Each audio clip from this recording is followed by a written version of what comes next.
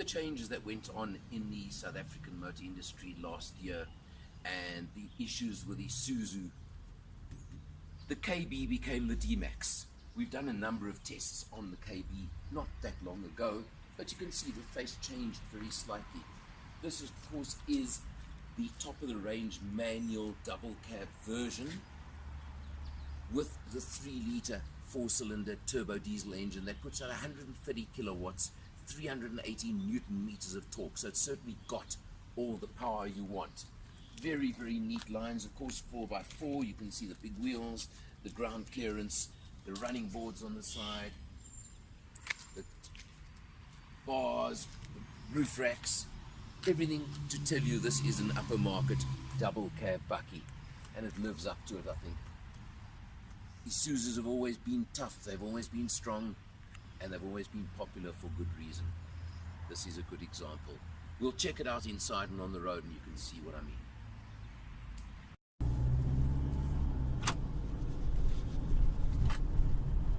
I've moved the transmission into 4 high for this piece of dirt road. Not that it's exactly challenging in any way for the vehicle. You do have the 4 low option as well, but you'll see as a dirt road, and it's a pretty comfortable, pretty smooth piece of dirt. It's not exactly a challenging road in any way, but it may be a bit bumpy and bouncy, but beyond that, certainly handles it very well. Yeah, there's a little bit of bumping going on, but it's nothing serious at all, and you'll see now it just feels very stable, very solid. You can push it along. I'm doing just under 60 kilometers an hour right now, and round a nice sweep, and it's just tracks very nicely, doesn't it? And so you can feel a little bit of bumping, and it's quite an uneven piece of road in actual fact, so maybe it's a bit deceptive as to exactly how well the D-Max is actually handling it, and certainly not unpleasant in any way.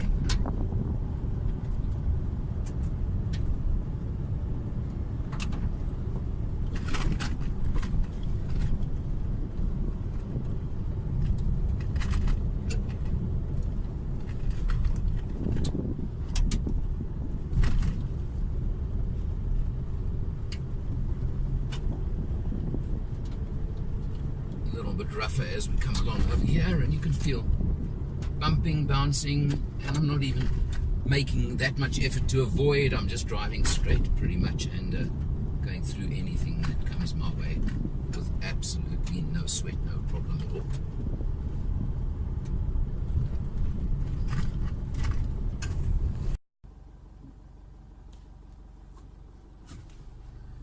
Driving in the D-Max, there's certainly a lot of improvements since they changed from the KB version, because the thing is that the modern double cab Bakkie has become a default luxury vehicle, and to most buyers of these vehicles, they use them as a multi-purpose, dual-purpose vehicle, and you actually live with it. It becomes your family vehicle, so they've had to put a lot of luxury into them. So you get, of course, leather trim, you get lots of space in the vehicle. On the front, in the dash in front of you, of course, you've got the nice big infotainment screen over here. Nice touch screen, works nicely. You just press the button and it's all very, very easy and very simple. But I have to admit that something I believe is lacking on this one is at this range, and I know that Isuzu, say, and the old GM would have said they have their MyLink system, but I believe you should get navigation on a vehicle of this sort. And at this price range, I'm going to have my little gripes along the way. The 6-speed manual gearbox, of course, is a change from the previous version. It's useful, it's effective. Obviously, in a big vehicle, you've got to accept that it's a little bit heavy in operation, but there's no complaint whatsoever. You've got the very interesting round effect over here for your climate control system. I possibly found that the aircon could have been just a little bit stronger and a bit more effective along the way, but it's not serious in any way, and it certainly does work. But very neat. As I said, the 6-speed manual gearbox, and below the gear shift, of course, you've got your on-the-fly twist knob over here for 2 high, 4 high, and a 4-wheel drive low on the gearbox, which if you're going to do off-roading, of course, are very, very important. You do have a multifunction steering wheel with lots of controls on it and lots of useful features over there as well, as one would expect from any, shall we say, upper market vehicle these days.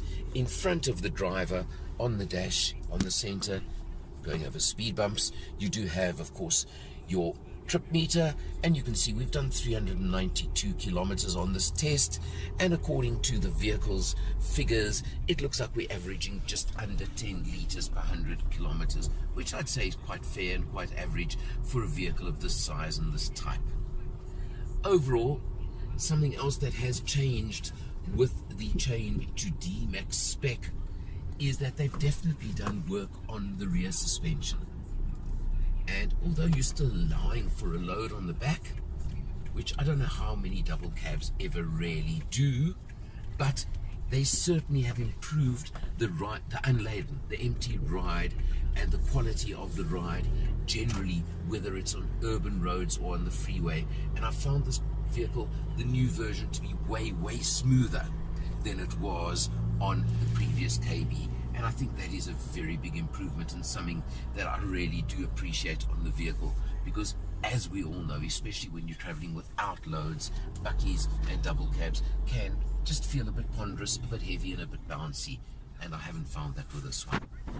Overall, at 591,800 Rand, well, it's in the market, it's competitive for a top spec luxury double cab Bakkie. Yes, I agree on that, but then there are one or two little things that I just think could have been included in the spec, and maybe I'm being petty, but I miss something like auto on headlights. Very simple sounding little thing, but I just thought it could have that. And there's just one or two other little things. It does have keyless entry, push button start, all of those things, so it's not that it's lacking, but just I would have liked that. And maybe that's just me. You do get a 5-year 90,000 kilometer service plan included in the price, and of course that's become standard these days and very important to all buyers. So overall, definitely an improvement on the previous version, definitely up there. Farmers love or used to love the KB versions, and I'm sure the D-Max will simply continue in that vein. Overall, double cab Bakkie, definitely always been a contender and stays that way. For Motor Matters, I'm Alan R, and I'll see you next time.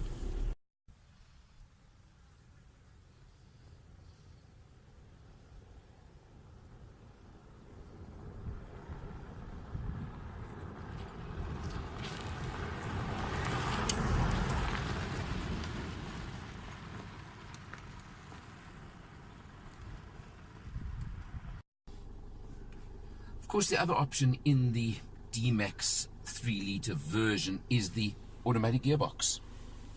Essentially, the only difference between this one and the manual version is 6-speed manual, 6-speed automatic. It's an old school torque converter automatic gearbox, certainly handles the power, may not be the smoothest in the world, but it does a very good job. But something else that I found pretty interesting is on the manual version, we averaged 9.5 liters per 100 km, 9.8 liters per 100 kilometers, and on the automatic, 9.5. So in actual fact, even though it's an old school automatic, maybe it just suits the driving style better, but it actually proves to be marginally lighter on fuel, or in our case in any event. At an extra approximately 15,000 Rand to go up to about 630,000 for the automatic version, in my book, it certainly would be the one to go for between the two. But it's a choice only you can